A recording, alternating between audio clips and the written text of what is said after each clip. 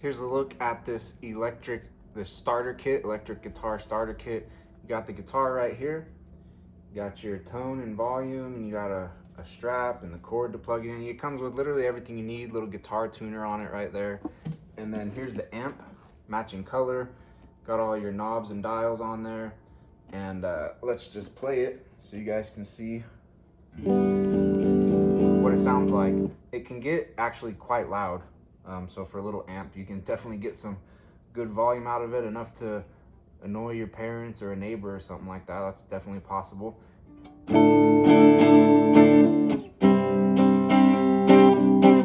you see it sounds nice. It has a boost on it. So I'm gonna turn on the boost and turn up the gain. Now you can see. So it's fun. Like it's definitely got all the stuff to play with. Get some different sounds out of it, have a lot of fun.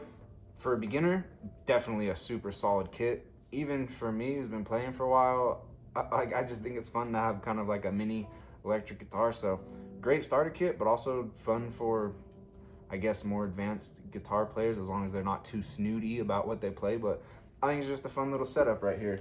And the colors are cool, everything works nice, super easy to plug in, and just start rocking.